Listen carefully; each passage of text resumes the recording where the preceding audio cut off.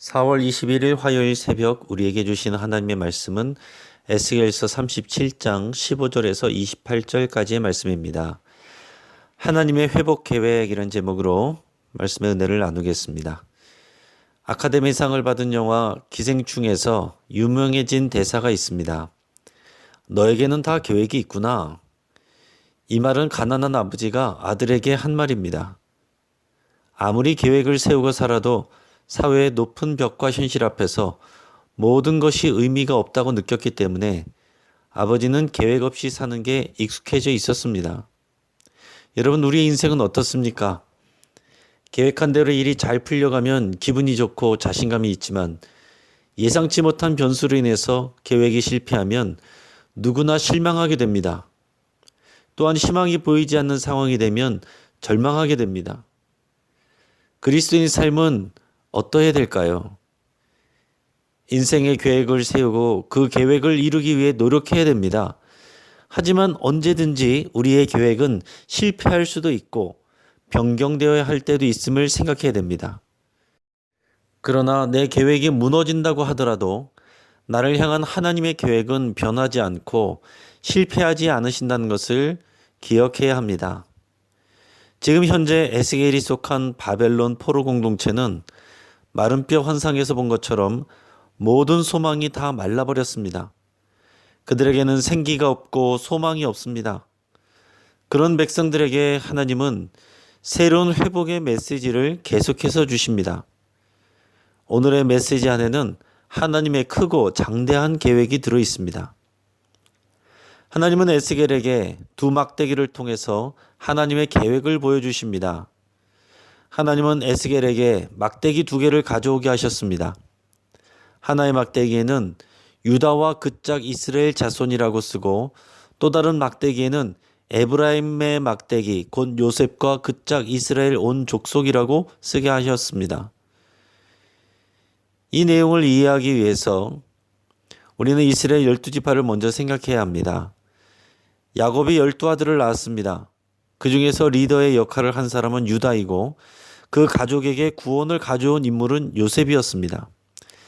그리고 요셉에게는 두 자녀가 있었는데 므낫세와 에브라임입니다. 후에 12지파로 나뉘어서 가나안 땅을 정복할 때 요셉의 두 아들이 각각의 지파가 되고 레위 지파는 따로 땅을 기업으로 받지 않습니다. 시간이 지나면서 북쪽의 대표는 에브라임 지파가 되고 남쪽의 대표는 유다 지파가 되었습니다. 솔로몬 왕 이후에는 10개 지파가 북이스라엘이 되고 유다와 베냐민 지파가 합하여 남유다 왕국이 되었습니다. 요셉 또는 에브라임은 북이스라엘을 지칭하는 말이고 유다는 남유다를 지칭하는 말입니다. 유다와 이스라엘이 대비되어서 언급될 때에 이스라엘이라고 말하는 것은 분열 왕국이었던 북이스라엘을 지칭하는 것이고 또 남유다와 북이스라엘을 하나로 묶어서 통칭할 때도 이스라엘이라고 그냥 말합니다. 그래서 성경을 읽을 때 분열 왕국의 북이스라엘을 말하는 것인지 하나의 민족으로서의 이스라엘을 의미하는 것인지를 잘 분별해야 됩니다. 오늘 본문 말씀의 16절 17절 말씀입니다. 인자야 너는 막대기 하나를 가져다가 그 위에 유다와 그짝 이스라엘 자손이라 쓰고 또 다른 막대기 하나를 가지고 그 위에 에브라임의 막대기 곧 요셉과 그짝 이스라엘 온 족속이라 쓰고. 자, 여기서 유다는 남유다 백성들을 의미하고 요셉과 에브라임은 북이스라엘 백성들을 의미합니다.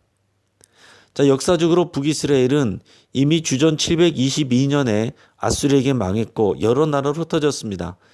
남아있는 사람들은 혼혈 정책으로 인해서 이스라엘 민족의 정통성을 잃었습니다. 그럼에도 불구하고 하나님은 이스라엘의 회복에 대해서 말씀하시는데 남북 백성들의 통일을 먼저 언급하십니다. 이 얘기를 듣게 될 바벨론 유배민들의 느낌은 어땠을까요? 지금 자신들도 고국으로 돌아갈 희망이 보이지 않고 있는데 하나님은 이미 실체가 없어진 북이스라엘 나라까지 합하여서 회복될 것을 말씀하고 계십니다. 유배민들은 다 이해하기 어려웠을 것입니다. 또한 정서적으로도 받아들이기 어려웠을 겁니다. 하나님의 계획은 단순히 정치적 통일만을 말씀하시는 것이 아닙니다. 하나님이 원래 복 주신 백성들은 남유다 지파만이 아닙니다. 이스라엘 12지파 전체를 복 주시고 그들을 통해 하나님의 나라를 이루시겠다고 하셨습니다.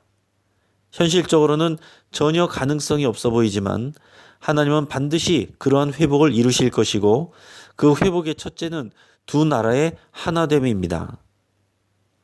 그러면 이 하나됨을 이루는 요소들이 무엇인가 우리 함께 말씀을 통해서 알아보겠습니다. 하나님은 온전한 회복과 이스라엘의 하나됨을 말씀하셨는데 그 요소가 무엇입니까? 자, 첫째는 거룩함의 회복입니다. 오늘 본문 말씀 23절입니다. 그들이 그 우상들과 가증한 물건과 그 모든 죄악으로 더 이상 자신들을 더럽히지 아니하리라. 내가 그들을 그 범죄한 모든 처소에서 구원하여 정결하게 한즉 그들은 내 백성이 되고 나는 그들의 하나님이 되리라. 아멘. 하나님이 이스라엘 백성들을 회복하여 만드시고자 하는 하나님의 나라는 거룩한 나라입니다. 왕이신 하나님이 거룩하시기 때문에 그 백성들도 거룩해야 됩니다. 그 거룩은 먼저 우상 숭배를 끊고 여호와 하나님만을 섬기는 것이고 율법의 말씀을 지키고 순종하여 순결한 삶을 사는 것입니다. 자, 하나님을 이루는 요소들의 둘째는 진정한 왕이 서는 것입니다. 오늘 보면 24절, 25절 말씀입니다. 내 종 다윗이 그들의 왕이 되리니 그들 모두에게 한 목자가 있을 것이라.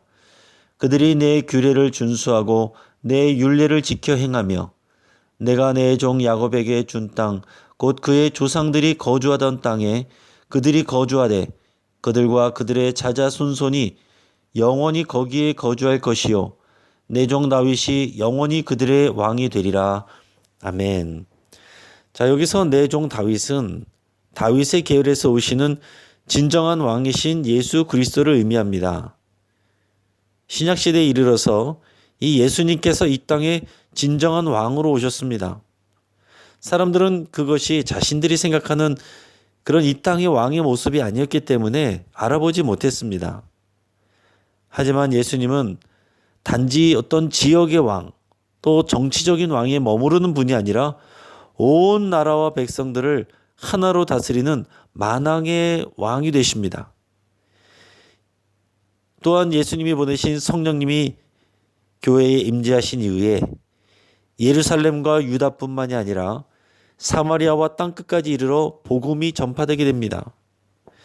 그리고 복음이 전파된 모든 곳에서 예수님을 진정한 주와 그리스도로 진정한 왕으로 고백하고 순종하는 일들이 일어나게 됩니다. 자, 셋째는 화평의 언약과 성소가 회복됩니다. 오늘 본문 26절에서 28절까지의 말씀입니다. 내가 그들과 화평의 언약을 세워서 영원한 언약이 되게 하고 또 그들을 견고하고 번성하게 하며 내 성소를 그 가운데 세워서 영원히 이르게 하리니 내 처소가 그들 가운데 있을 것이며 나는 그들의 하나님이 되고 그들은 내 백성이 되리라. 내 성소가 영원토록 그들 가운데 있으리니 내가 이스라엘을 거룩하게 하는 여호와인 줄을 열국이 알리라 하셨다 하라. 아멘. 예루살렘 성전이 무너졌을 때 그것은 하나님의 실패가 아닙니다. 하나님의 백성들이 언약대로 순종하지 않고서 우상 숭배를 행하고 여러 가지 죄악을 범했기 때문에 하나님과의 언약이 깨진 것을 상징적으로 보여주신 것입니다. 하나님이 이스라엘을 회복시키신다는 의미는 이 언약이 회복되게 하는 것입니다. 믿는 자들은 하나님의 백성이 되고 하나님은 그들의 하나님이 되십니다. 이것이 언약의 관계이고 이 관계의 상태가 화평, 평강, 평화, 샬롬입니다. 자, 이제 넷째로 고토로의 귀환입니다. 오늘 본문 25절 말씀입니다. 내가 내 종 야곱에게 준 땅, 곧 그의 조상들이 거주하던 땅에 그들이 거주하되 그들과 그들의 자자손손이 영원히 거기에 거주할 것이요. 남유다 백성들이 이 바벨론 땅의 포로로 잡혀온 이후에 70년 만에 그들은 하나님의 약속대로 약속의 땅으로 돌아오게 됩니다. 이는 이미 역사적으로 실현된 내용입니다. 그리고 주후 70년에 로마에 멸망하고 백성들이 나라를 잃고 세계 곳곳으로 흩어져서 2000년 동안 이스라엘이라는 나라가 사라졌었습니다. 그런데 1948년 5월 14일에 현재 팔레스타인 땅에 이스라엘 나라가 다시 세워져서 지금에 이르고 있습니다. 마지막 때가 되면 민족적 이스라엘만이 아니라 모든 인류가 하나님의 백성으로서 새 이스라엘로 서게 될 것입니다. 오늘 말씀을 정리하겠습니다. 하나님은 남유다와 북이스라엘이 온전히 하나 되고 회복되기를 원하십니다. 하나님의 계획은 언제나 사람의 계획보다 크고 원대하다는 것을 기억해야 됩니다. 우리나라가 남과 북으로 갈라져 있는 상태인데 하나님은 우리 민족도 하나 되게 하실 것입니다. 그러한 소망을 가지고 늘 함께 기도할 수 있기를 바랍니다. 또한 하나님이 만드시고자 하는 나라는 거룩한 나라입니다. 하나님의 뜻을 잘 알고 순종할 때 거룩한 백성이 됩니다. 오직 하나님만 섬기고 죄와 싸우는 백성이 거룩한 백성이고 나라입니다. 우리 자신이 거룩한 성소이며 우리 공동체가 거룩한 성소입니다. 더 나아가서 우리의 가정과 교회와 직장이 거룩한 성소가 되도록 우리가 그렇게 노력하고 기도해야 되겠습니다. 이제 오늘 말씀을 붙잡고 함께 기도하겠습니다. 우리가 거룩한 백성으로 살기로 여러분 결단하시길 바랍니다.